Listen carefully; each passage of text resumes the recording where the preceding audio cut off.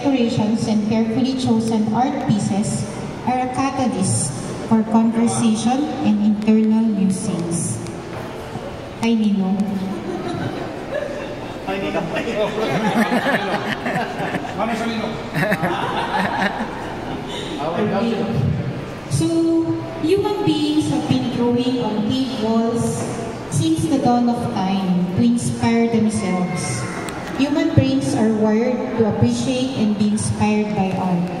The right brain, for example, is stimulated deeply by art. Artworks inspire creative and innovative thinking. The right brain takes what it sees and expands upon it. Staring into a picture of a forest, the right brain envisions walking through the forest, looking to the corners just beyond the frame to see animals and new vistas. Images of people become characters. Human beings with backstories, lavishly fabricated by the whimsical right brain. The right brain is as attracted to surrealism and abstract art as ceramic is to like art. So, yung right brain pala natin yung artistic. Okay. So, to start this activity, actually is the closing program of isang dekada ng mga people or working na sa community to sa lamin. So, to start, may I call Pastor Edward Santiago for the prayer.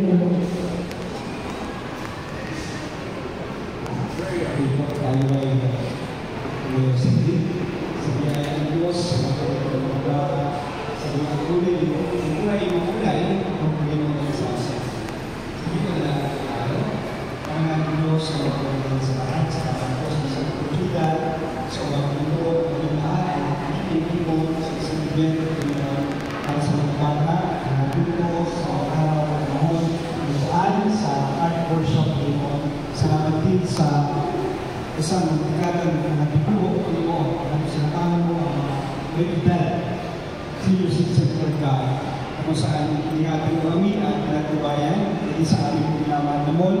Simple mo sa naman din, kaya we ask your blessing, your favor para God, mula po sa aming mga bisita, sa lahat ng aming pag-usapan, kaya po yung sa oras na ito, at bayan niyo mo kami, pangunahan niyo po kami ng Diyos. Maraming salamat po, at minsan pa, asa namin sa iyo ang lahat ng pagkapala, kayo ang mag-iyo. Ito ang dalangin sa pangalan ni Jesus. Amen. Pagpalang umaga po. Sige po, tayo ay maupo. Okay. So, may I call on Mr. Johan Chope, the Center Manager of Baguio Center Mall, for the welcoming message.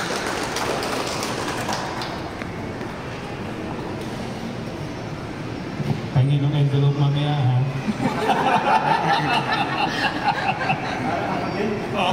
Masaya yun. Anyway, good morning. Once again, we're delighted to have everybody here at the Baguio Center Mall activity area. And we're grateful for the opportunity to host isang dekadang mga dipulo. Before I proceed, let us acknowledge the presence of Councilor Yano and Councilor Vladimir Ferraz.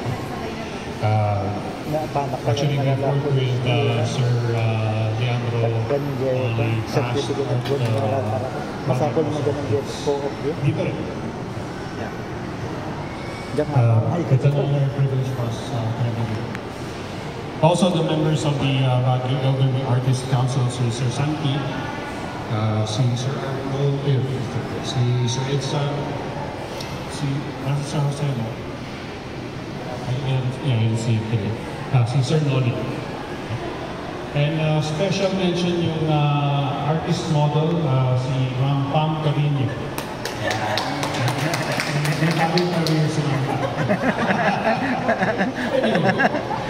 As I said during the opening ceremony, Baguio Center Mall supported this endeavor because we have faith in our senior citizens. Senior citizens provide invaluable talent and skill that comes with years of dedication. continuing to play a vital role in our society and in the development of the following generation. I also then shared an old African proverb that speaks of community effort, shared undertaking, and collective responsibility. But after witnessing the interaction between the artists and the children, allow me to add something to it. It takes a village to raise a child and to see the value of its elders. As we had hoped, our senior citizen artists, through artistic engagement, eagerly shared their knowledge with the youth learners. If you were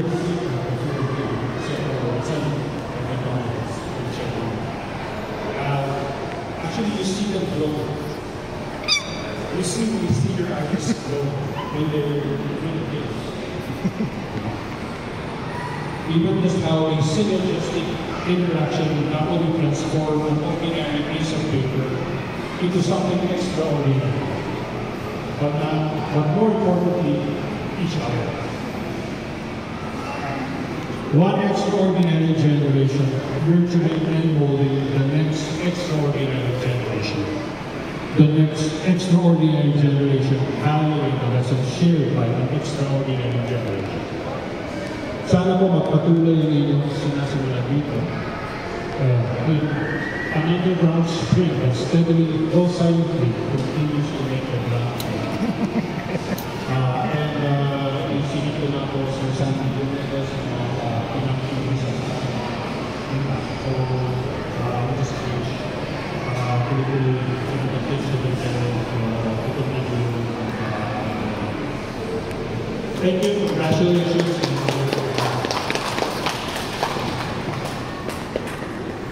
Thank you, Sir Lu. Ayun. Alam niyo ba na based on the attendance ng art exhibit na to, more than 600 na ang dumating para mag-visit dito. Yes. And they're planning to have a sustainable art exhibit and art workshop. So, matutuloy siya pero sa third floor. O, diba?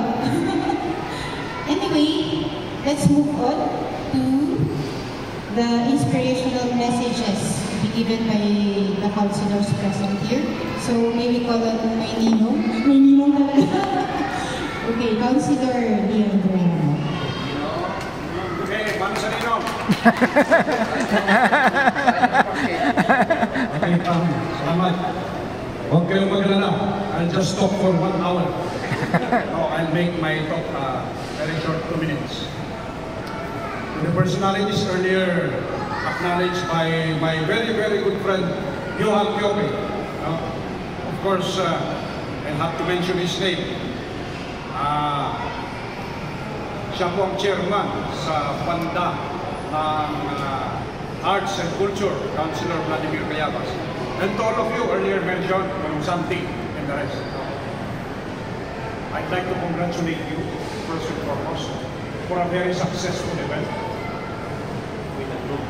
And also, I'd like to give the highest commendation to Baguio Center Mall for offering help in this creative activity. Tama po yung sabi ni Johan. Nung sinimulan namin ito, sila ang nagsuporta, nag-sponsor. And we would like to appeal to them to continuously support all creative initiatives, all efforts to make Baguio a truly creative city. And I know that they will reap their 101% support. Diba, Johan? Sa banda naman sa ating mga opisyal sa syudad, meron po akong pinilang na ordinansa na nagsasabi yung mag-o-offer ng creative space or creative hub in their establishment will be given an automatic business tax discount. Antayin nyo yung approval niya.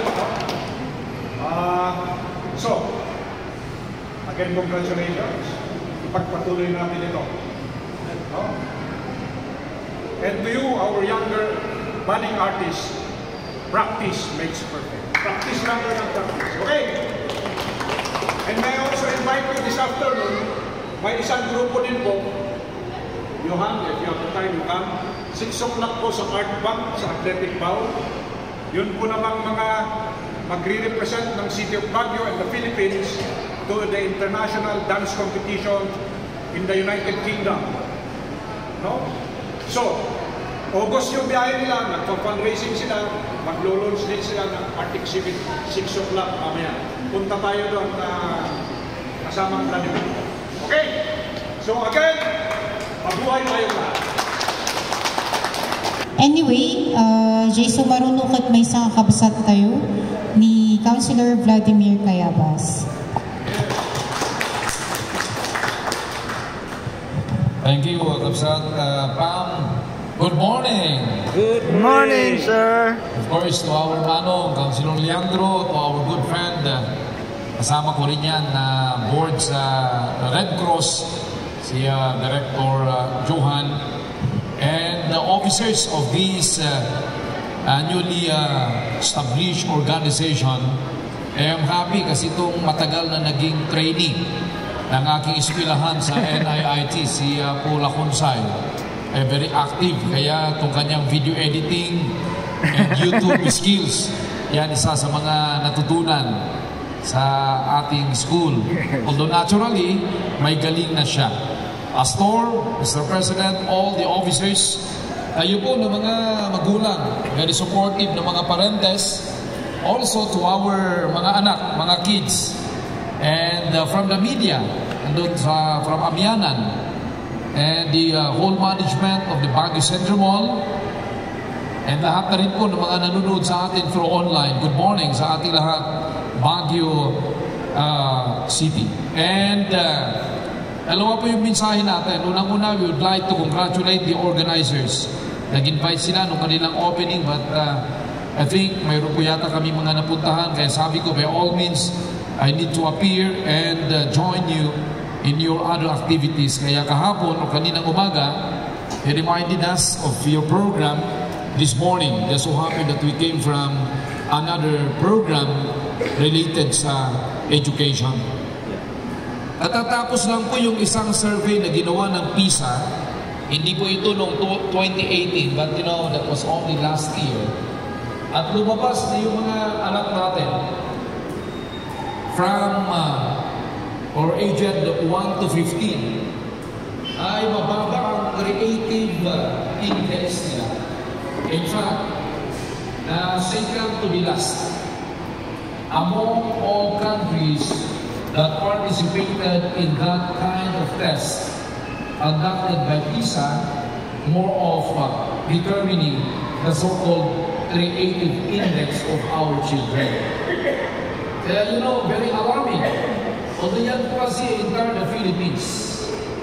But it being that it was conducted by city or by area, baka po ang ating syudad ng Baguio ay isa sa mga best countries or best cities in the Southeast Asian nation or region, or probably in Asia or even in the world. Why? It is because of these programs being spearheaded by the city and through our artists and artisans youth, especially coming from the private sector. Why? Because we could not do it alone as your public servants. And that's why the attitude of gratitude goes to you, our partners, again, from the private sector, particularly you, artists and artisans. Palakpakan po natin. Kaya kayo po ng mga magulang, this is an investment on the part of your children. Alam mo po, napaka-powerful pag tayo ay creative thinker. It goes na tayo ay maging imaginer. It goes to maging critical thinker. It goes na tayo po ay mga analytical thinker. So that, when you speak about what makes a leader, yan po ang hinahanap natin ngayon. And that's why our pangarap, balang araw isa sa inyo, ang andito, nagsasalita, malamang hindi lang ito isa, hindi lahat kayo. inspiring those who will be next to your generation, mga anak. Because at time, ikaw na ay isa sa mga leader ng ating siyudad ng Baguio. Your success is always our #1 service business. With that, maraming salamat. Mabuhay ang ating mga artists and artisans. Mabuhay ang ating siyudad ng Baguio.